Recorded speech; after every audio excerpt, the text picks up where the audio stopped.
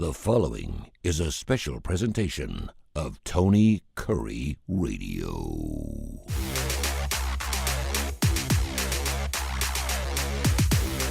Welcome back to week 2 of K4Wins. Hope you get a chance to check out our first show. And if you did, Kai, what was our record our first week? First week or last week? First week or last week. I know we've done a couple shows here, but week number 1 last week. Week number 1, we went 6-3 right. On our picks on there, as well as 3-0 on free picks. The free picks. How about Case coming in with Hawaii plus 14 straight up winner, UNLV plus 3.5 straight up winner. Nice. And then we added Alabama in there, that team total in the first half over 27.5, which came through. The 6-3, the winners, we had Alabama on the spread. We had Texas team total over, it hits. We had Tennessee over their team total. It hits. We have Alabama over their team total. It hits. We had Georgia minus, 11 or, 30. Either way you wanted to go, it was a winner. We talked about that on the show, I think in June, Tony. Mm-hmm. I said Georgia was going to crush them. It might be late, but they were going to crush them. Yep. We also had Alabama, in the first half. And, of course, we did what I think the whole world did, bet against Florida State. There you go. Yeah, and it's amazing, too, because FSU goes in that game, too, thinking, okay, well, now we have a 12-team playoff. You could lose a game and still make it, but you can't lose 2. And you can't lose to Boston College to make it in. Not at home. He is the sports editor for the Las Vegas Sun. Case Keefer has been doing this forever. He's the best, and he, of course, is the beat writer for the Las Vegas Raiders. We're getting to week 1 of the NFL. We'll talk about that. Kai Gregory's been handicapping for over 30 years. Good friend of mine. He knows exactly what he's been doing. I've been doing sports radio. I've been part of ESPN's crew and everything else for the last 30 as well. This is K4Wins.com. Go to the website, K4Wins.com, K4Wins.com for everything we've got in case you've missed anything. And, of course, you can watch these shows on our YouTube channels wherever you get your Tony Kurre Radio podcast. We're going to give you some more best bets. We do have some pro actions going on this weekend. You guys all lathered up and ready for some NFL action this weekend. Case, you're right down the street from the Raiders camp, man. I bet you're just chomping at the bit. Yeah, absolutely. I mean, I grew up in the South around where you guys are now. So I guess college football is probably my first love, but over the years become more of an NFL guy, especially with the Raiders here. And I'm so excited for week 1. And frankly, NFL betting has been better for me than college football the last several years, at least. It wasn't always that way. So really excited for NFL week 1. And I've just been to so many of these practices. I'm so sick of practice, so sick of drills. I'm ready for the Raiders. You're ready to hit somebody too. You're ready to hit somebody different too, aren't you? Exactly. Yeah.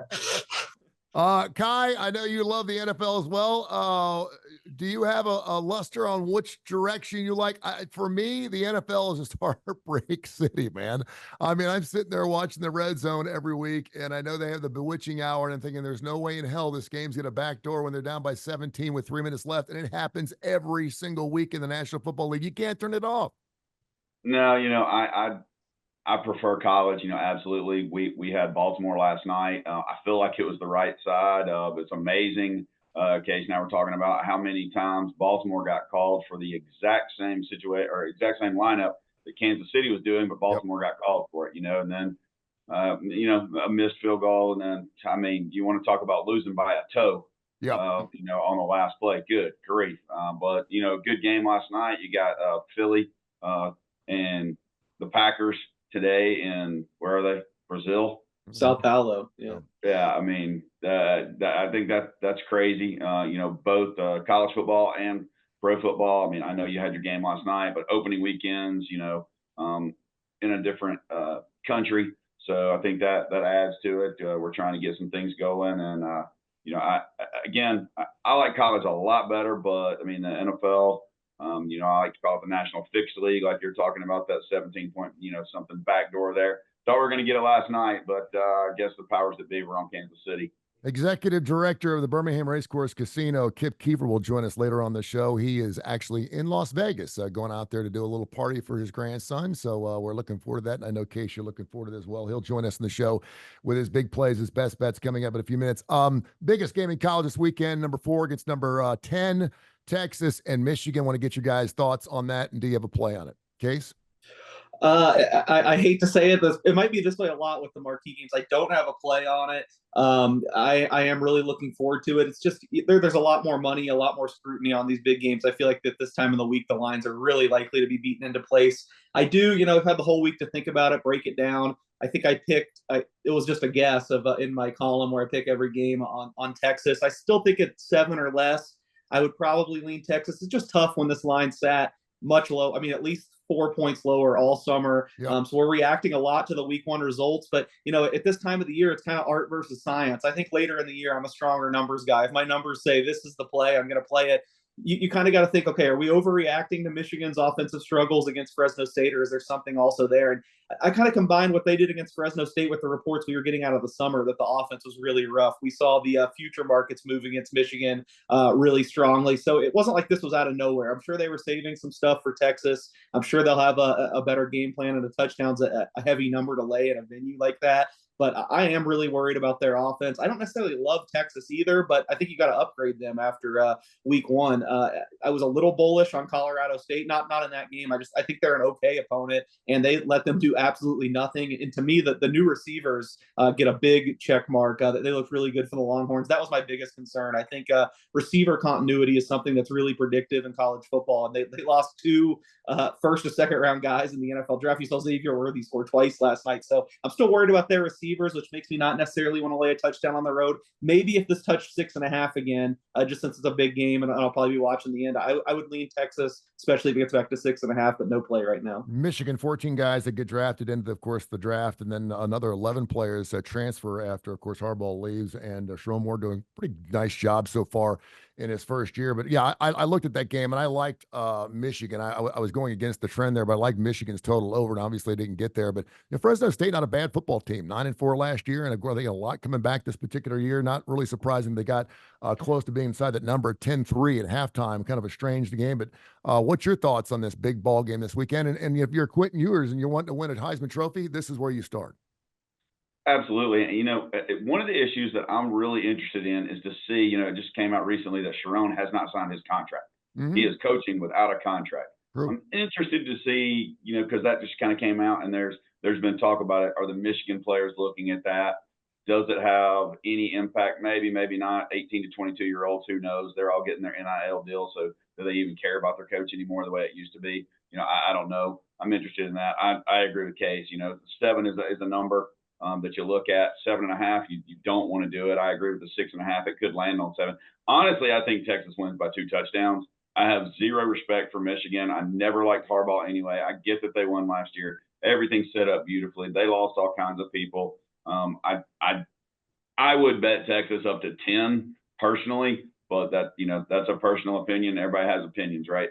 We can only hope that it's as good as the only other time these two teams played, where it was a 38-37 ball game. Should be a fantastic ball game. And again, you just kind of hope the defending champs are defending champs until they lose. And we'll see what the Michigan Wolverines are going to do. And again, Texas, a team that I believe Case Keefer had winning a national title last year. And of course, we had you on the show. And we're like, okay, if they're going to win a national title, they're going to have to knock off that Alabama team in the 3rd week of the season. And what happened? They knocked off Alabama in T-Town. So pretty nice, but you were close. You were within a hair, man. You're right there. Yeah, I liked them in that Alabama game a lot too, and I'd still make that bet again. I think it was right when the numbers opened last year. I bet them 30-1, and if you give me a 30-1 that makes the Final Four, I guess now the format's a little different. I'll take that every time. But yeah, I'm a little not as high on them this year, but hey, I could be wrong. They look great week 1. All right, give us some best bets, and then I want to talk some pro action. Kai, give me a couple things that are really sticking out to you this weekend. I really am going to like Tennessee in the first half against NC State, and I really like Tennessee over their team total. Now, it's been very obvious that I'm a Tennessee fan. I don't like the way NC State started last week. Josh Heupel, generally speaking, now more at home, but everywhere they start fast, so I really like them in the first half. NC State started very slow last week. I don't think you can put anything on what Tennessee did to the Mocs last week. I mean, UT Chattanooga, who really cares? But looking at some of that, I also like Alabama. I like them in the first half. I like their team total over in the first half. I like them for the game. I think Milroe is going to come back in. He's got something to prove against the team that he, almost lost his job against last year, but he stood there and clapped on the sideline the whole time. Yeah. I am not an Alabama fan in any shape, form, or fashion, but I like them. And I'm really interested to see the Auburn Cal, especially now that line's dropped to 12. Saw that this morning. I see a lot of people on Cal when it was 14 and a half. can understand that. That line dropping to 12. But there's a lot of things in there. I like Syracuse and Georgia Tech to score a lot of points. I really do. The way those offenses have played. Just going through a few more. By the way, an interesting stat in the Auburn-Cal game. One of the wide receivers for Auburn was the starting quarterback at Cal last year. Mm-hmm. So that's in there. I like Oregon and Boise State to go over their total. I can't believe it's only 61.5 even now. I really thought that total should be way, way, way higher. All of these are probably going to end up being plays this week. And then also Jacksonville State, after that loss, how are they going to stay within 5 touchdowns of Louisville? I mean, the line's at 30. They got crushed by a Coastal Carolina team at Jacksonville State that I do not think is anywhere near as good as Louisville. I may be crazy. But that's some of the games that I like this week. There's about 10 more, and we'll see how many plays we post on K4Wins on either side, free plays or not. I like the 3 free play format, and looking forward to that this weekend. Yeah, that Oregon game, really interesting. Obviously had a tough time with the Vandals of Idaho, and that was a game that was like a real head scratcher for a lot of folks at Oregon. And of course, the quarterback there, 41 of 49, put up some huge numbers, but just did not transfer, and actually a 2-1 advantage when it came to yardage, but just didn't get to the end zone when they needed to. And you got Boise State, who can honestly put some points up. I love that over 60. I think I saw it 60.5, 61 as well. But lots of good plays there. Case, so what's shutting out to you right now? Yeah, that's that was a bizarre game. Just seemed like Oregon didn't finish some drives. I do expect a better effort. I actually don't have anything on that game either. I would agree with you guys. My first lean was the over. Been some weird resistance there, so I'm not sure I'll get involved. I will say I know this is something I harp every week, and people are probably sick of hearing me say it, but I think this week especially, I matched with Kai on the first 2 games. He said I bet both those sides, but I will say if number one thing, if you want to get better betting, is I recommend betting earlier, trying to get to know the markets and pick off these bad numbers. Because if we were having this conversation 3 or 4 days ago, there's 2 bets I bet the biggest this week, and one of them's the first one Kai mentioned. I bet Tennessee -6.5 at open here, which I thought was just a horrendous number. Anything can happen one game. Who knows? But I mean, you look at Tennessee and NC State. I mean, the Volunteers have them outmatched at every position. It reminds me a lot, from a talent perspective, of probably Georgia Clemson this last week. Now who knows that young quarterback in his first start on the road. I know there's always crazy things that can happen, but even on Kip's show, the starting lineup, I know which airs tomorrow before the games, they were still 7.5. I said that was good, but I said it should be 10. Now it's 10. It's really hard to kind of recommend it at 10. I still would lean Tennessee. I feel like the Volunteers should be good here, but it's a testament to betting early in the week there. I matched on Alabama too. I think that with the new coaching staff in place, they're going to want to cover these big numbers. I saw Brent McMurphy had an interesting tweet earlier this, the Ultimate College Football Insider, at the beginning of the season. Someone said 98% of the coaches know the point spread in this day and age. He said take the over. He's the Ultimate College Football Insider. He would know. I think these guys that come to a new job, they have some added pressure to make the boosters some coin. And I think that Alabama's probably going to take no prisoners here. I'm not as high on South Florida, despite what they did to Alabama last year. So I think I bet that 30.5, which I still see on the board here available a couple places. So I like that one as well. As far as things I'll throw in there, sorry, I wanted to respond to Kai's. Both these have kind of moved against me, but this goes with the Friday thing of I kind of lose some confidence when I see the market going the other way, but I like Syracuse a lot in the game. Kai kind of mentioned, I just felt, look, they opened with Ohio. It was like a soft opener. I'm sure they didn't show anything. Their offense looked great with Kyle McCord. I think you downgrade Georgia Tech a little bit they really struggled with Georgia State despite ending up covering. They had to have a goal line stand to do that. This is their 3rd straight game. Florida State, we saw what they looked like in week 2. So was that win really all that much? Fran Brown at Syracuse, former Georgia assistant. He knows Georgia Tech well. I bet +3.5. It's still +3 everywhere. I think +3 is fine. I like Syracuse there. I like Baylor a little bit going to Utah. Looks like that's bounced back up to 14.5. It was 14 earlier. So anything over 14, I think Baylor is kind of a buy low team for me this year. And I feel like Utah, really good, probably should be the Big 12 favorite, but a little overhyped. They're playing new teams too. So I think you got to see how they respond in the Big 12. And last one, I'll throw out some money against me today on this one for sure. But I like East Carolina going to Old Dominion. The Monarchs getting a lot of respect for what they did against South Carolina last week. And I do think they're a good team, probably a little undervalued by the market. But East Carolina has they might have some NFL dudes on the defensive line. They have one of the group of five's best defensive lines. They're running a new offense that's more up tempo, which means more chances to extend their talent advantage. They have Jake Garcia, the former Miami quarterback, in. I don't know if that's a good thing or a bad thing necessarily, because he can get careless with the ball, but he's also explosive and can make some big plays. So kind of surprised to see the money coming back on Old Dominion today. I like East Carolina as an underdog. Very good. Well, you know, we threw out before the year the under on South Carolina wins. So I'm just going to say, just like we threw out the over on Vandy, hey, props out to Vandy, the win last week. Over 3, they're looking really good to get to 4 now, maybe more. But nothing sucks like a cock. So South Carolina, I do not think is very good. I love the play, though, on East Carolina. Way too much respect being given to Old Dominion. There you have it. I'm going to go to the Sun Belt of all places because they've got this thing called Paint the Town Red Weekend in Jonesboro. Butch Jones's squad, Arkansas State, the Red Wolves are going to have them up against it. Had a really weird game this past week, and I love games out of the Sun Belt, some of these smaller leagues, because that's what I study and look at.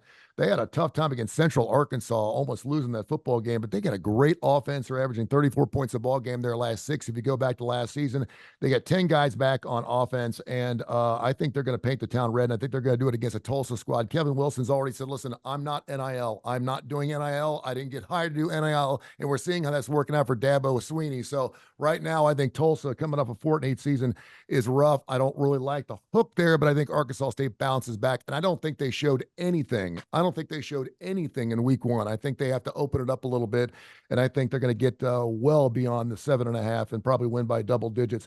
Game, I want you to get thoughts, and Case, I want you to get your thoughts on this too, because you're a guy who could be known as having inside information because you're in the locker room, you're with the Raiders organization. The UAB Blazers are going to play University of La Monroe this weekend. They're favored by 13.5. By the way, the last 7 years since they came back to play football in 2017, they're 1-6 in game 2s the last 7 seasons. They suck in game 2s, and all those games on the road. Yet here they are favored by 13.5, and they're going to play this guy named Bryant Vincent, who, of course, was in Trent Dilfer's office before Trent Dilfer was there. Trent was, we did a show with him this past week called The Inferno. You can hear on Tony Kurre Radio, wherever you get your favorite podcast. He had his job in his back pocket, Brian Vincent did. Trent Dilfer comes in, takes his gig, and they're both in the same office for 3 weeks. Tell me how uncomfortable that must have been. And then after, of course, Bryant gets puffed out. He goes to New Mexico. They burnt the house down. Trent said, man, I know what Brian's all about. He's been at UAB for 5 years. They changed the paywalls. They changed the cable. They changed everything. They blew out every single computer they had. He said he's the OC. He knows everything about this program. We do not need to know exactly what his mind's up to when it comes to looking at the UAB Blazers because he's got such an inside thing. And here he is coming into a program like, for sure, ULM has got to be one of the worst football teams in college football, certainly last year and this year again. They've only got 1 guy coming back on offense. I think they got 3 coming back on defense. But he took 18 administrators, coaches, and players from the UAB Blazers when he went to ULM. He also took a lot of players from New Mexico because he had to build that program up. When you're playing a guy from the inside that obviously knows your program really well, what advantages and disadvantages do you have? Then I got to play in this game. Yeah, well, to me, it really becomes a leveling battle. I will say it was interesting when you teased we were going to be talking about UAB. Like 5 minutes later, the screen lit up. They're now down to an 11-point favorite. Some UL Monroe money came in, which maybe we should have chatted before because I bet the Blazers minus 12 in this game. And to me, it's more about just UL Monroe. I mean, most sets of power ratings you look, I had them as the worst team in FBS coming into the year. Last week, there was big steam on Jackson State. I think they might have closed the favorite in that game against the FCS opponent. UL Monroe did take care of business, blew them out 30-14, I believe. But yeah, I think you make some good points, especially with Vincent. I know he's a respected guy, so maybe they're better than. They're a little bit ahead of schedule. I mean, there's nowhere really to go but up. And it's always kind of, you can take it both ways when you have this information like this, a coach that had been at the last school. I know if they win and roll, that's going to be a big talking point. Oh, he knew it like the back of his hand. But then, it can also flip the other way where if UAB takes care of business here, it's going to be like, well, we knew what he knew, so we could switch up our playbook, do things differently. So unless I have, really, you probably do, being close to the program, have like a really good feeling on who it's going to benefit. I try not to get tied up on those things. I just thought UAB here had the much better roster. But hey, the Friday moves are usually pretty predictive, and there is money flowing in on UL Monroe right now. The one thing that I loved about UAB game last year, and obviously they scored 37 points a ball game. Their defense was not good, and we know that. And the over hit 9 out of the 12 games, and they hit, I think, the over on almost every home game. And I love that. I love watching overs at home games. But I'm going to go over the 54.5. Listen, they only gave up 3 points this past week, and I know that everyone's painting, oh my gosh, the defense is so much better. It's not that much better over one year for Trent Dilfer. It will get better, and it has to get better.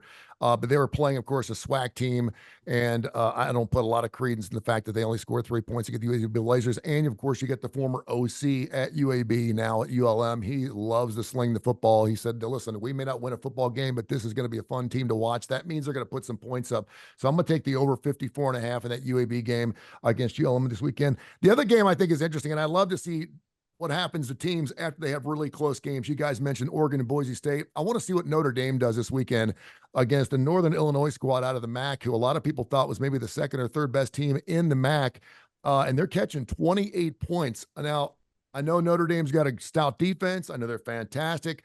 We saw what they did against A&M. That was one of the worst games to watch in the world, by the way. It was 6-6 around halftime. Not a fun game to watch. And Notre Dame gets an impressive win against A&M. But I really think that line at 28 or 28.5 is too big for Northern Illinois. I can see where Notre Dame, and they got Purdue, certainly not a game they're going to be looking forward to because Purdue's not that good either. But it's a Big Ten foe, and I can't help but think they're going to be just flying through this game and sleepwalking through this thing, and probably inside 28 is probably going to be pretty good. So we'll see what happens. But those are the three right now. Arkansas State, I like. And I'll be honest with you, there are so many games to look at, and at week 0, there was nothing. And when you're forced to look at games, you can go paralysis by analysis, man. And you just keep trying to find plays, and sometimes there's just nothing out there. And this was one of those weekends where I looked at everything 2 or 3 times, and every time I felt like I had a play, there was something that threw me off. So those are the 3 things I really like. We do have pro action, though, before we check out Kip's plays here in just a second.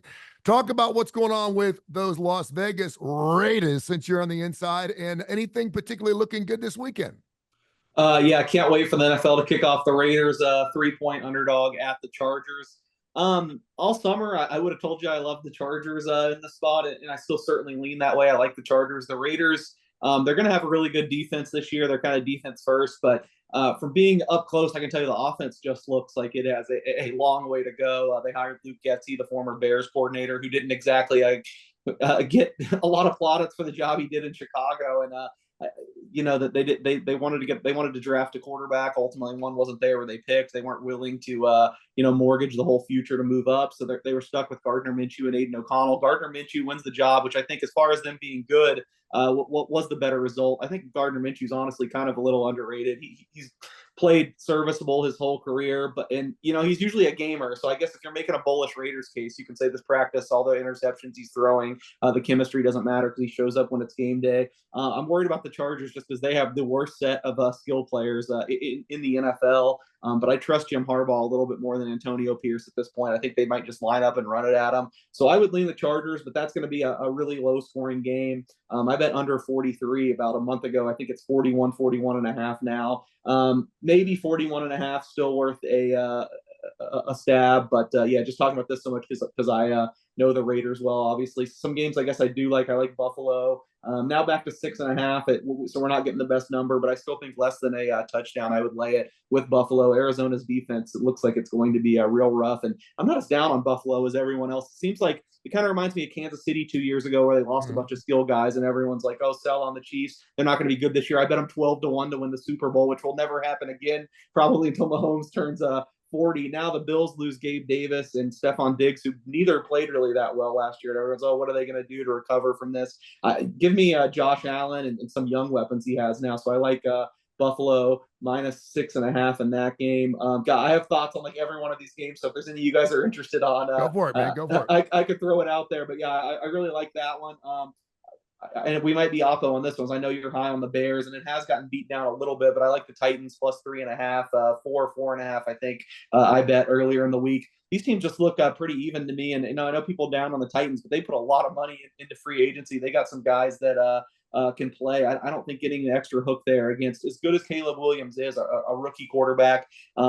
Generally, early in the season, I like to bet against these rookie quarterbacks, with one exception, I guess, this week. This will be the final game. Like I said, I have opinions on every game, but I kind of like Denver going to Seattle. Only because they're such a big underdog, and I don't necessarily know that I love the Seahawks hype. I think they're kind of lacking that top end talent. They made a great hire with Coach McDonald coming over from being Baltimore's DC, but I mean, he's been beaten down to like 10-1 in the Coach of the Year market. I'm seeing people saying that they're going to unseat the 49ers to the NFC West. Well, look at the roster quality. I mean, the 49ers roster is still ridiculous, which brings me to Monday Night Football, where I'd lay the 4 with them against the Jets. I think all the contract stuff kind of seeped into the market, and I need to see Aaron Rodgers off this Achilles injury before I'm calling for him to win the Super Bowl. So that's just a few things I'm on. Guy, week 1 kicked off, of course, last night. We cooked it off. We had Baltimore, and of course, they had every shot to win that ball game, but they didn't. Who do you like this weekend? You know, there's some interesting lines that I'm just not sure about yet. That Tennessee-Chicago line moving. You know, I'm a Volunteers fan. I'm a Titans fan.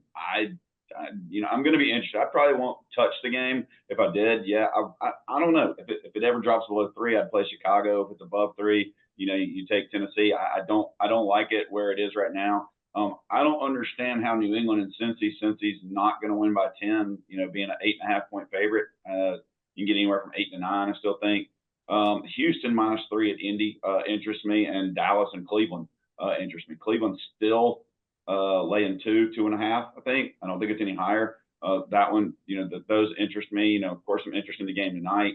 On that side, some totals are going to be interesting. But I will point out one thing, Tony, as a Tennessee fan, I lost tons and tons and tons of money on Butch Jones when he was at Tennessee, and I've made tons and tons and tons of money betting against Butch Jones since he left Tennessee. One of the worst coaches in the history of college football. And that's probably why he's at Arkansas State. Yeah. Ever had worse than him was Jeremy Pruitt. I was waiting for you to say something about Butch Jones. That's why I threw his name out. I didn't want to interrupt, but you could not pay me. You could not give me $100 bill and say, please bet this on a Butch Jones coach team, because the only person that might be worse in tough situations is Cristobal and that farce they had against Georgia Tech last year, running the ball when all they had to do was down it and ended up losing the game. Now he's come back better this year, but I hate to get away from the NFL and go back to college. I would never, ever, ever, ever encourage anyone to bet on anything Butch Jones has any hand in. The NFL is so hard to handicap, and normally towards the end of the years when you kind of see the lines really get out of whack because you're resting players. Some players have already mailed it in. You're going for first-round draft picks, but that Cincinnati Bengals 8.5 is the largest line this weekend. And I can't believe that the actual Bengals actually have it. I got a good friend of mine, Steve Delata, who's actually the beat writer for the Cincinnati Enquirer that works really close with that football team. He has told me that inside their locker room, they want to blow out New England. The fact that Bill Belichick's not there anymore, that football team has got, I don't even know where you get started. Their draft, from everything from the draft to losing their head coach to one of the greatest coaches of all time.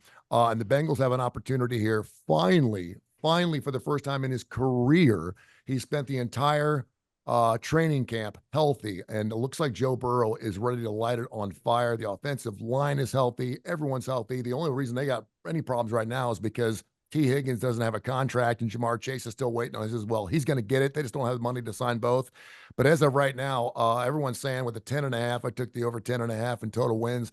Everyone's saying if the Bengals are ever going to win a Super Bowl, and they've been to 2 of them, 3 of them, and they haven't done squat, if they're ever going to win, this is the year they got to get it done. If they stay healthy, they should win 13 ball games. And these are the kind of games where they need to blow these teams out. I would probably take the Bengals -8.5. I like them to win by 10 to 14 points this week in the National Football League. And I'm just going to sit back.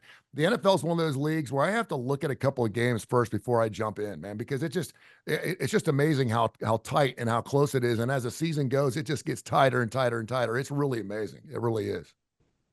All right, let's go to Case Keefer for his plays here. This is the K4Wins.com show, K4Wins.com for all of our plays, 6-3 in our first week. K4Wins.com. Check out our website, and here's Kip with his plays.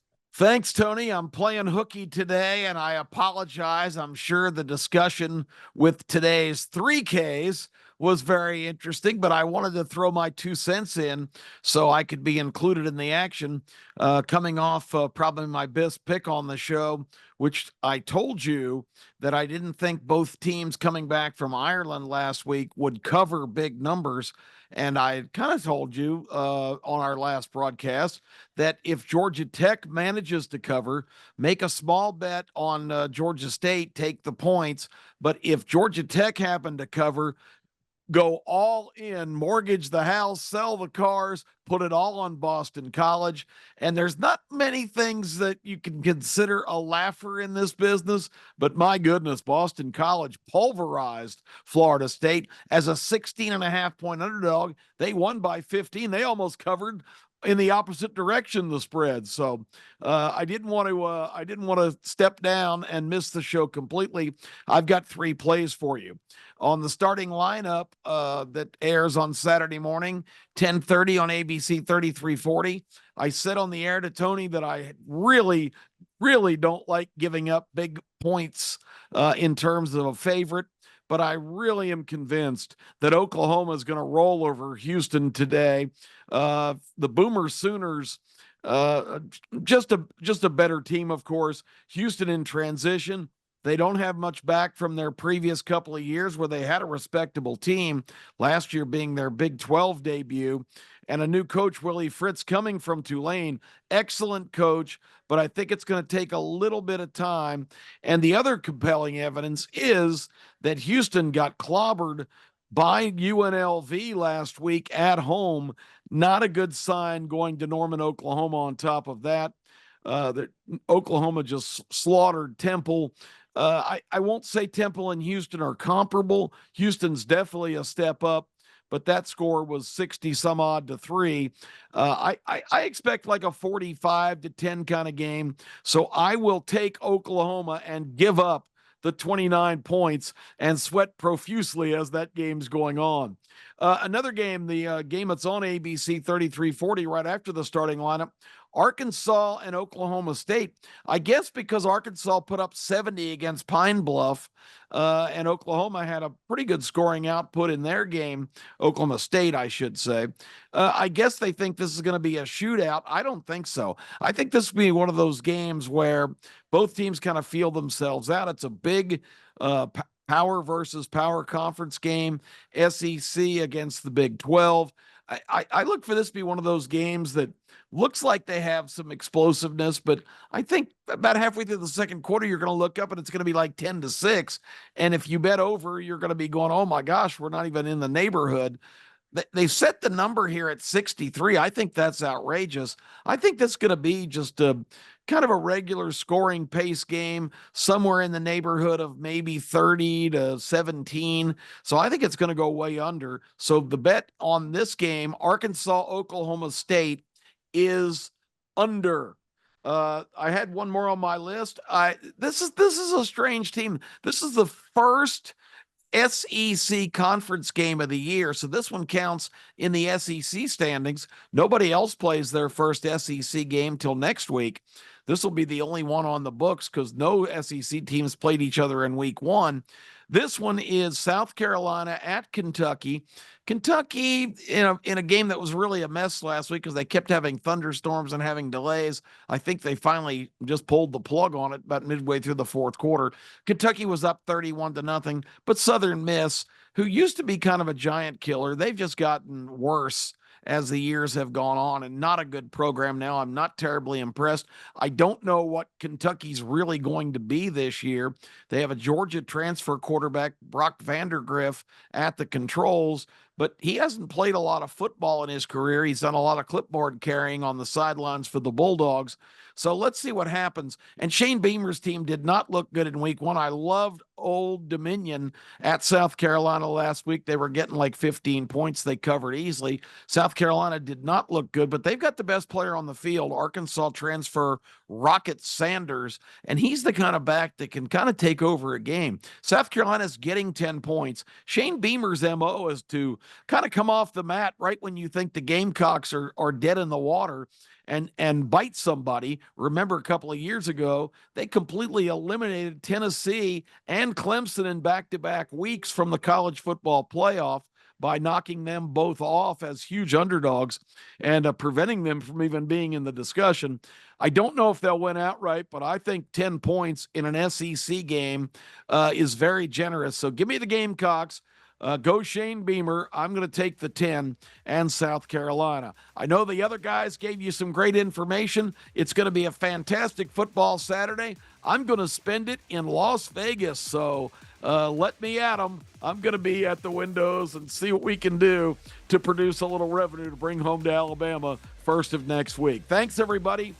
We appreciate your support of our brand new show, and just wanted to weigh in today and give you a couple of picks. This is Kip Keefer. Have a fantastic football weekend, everybody.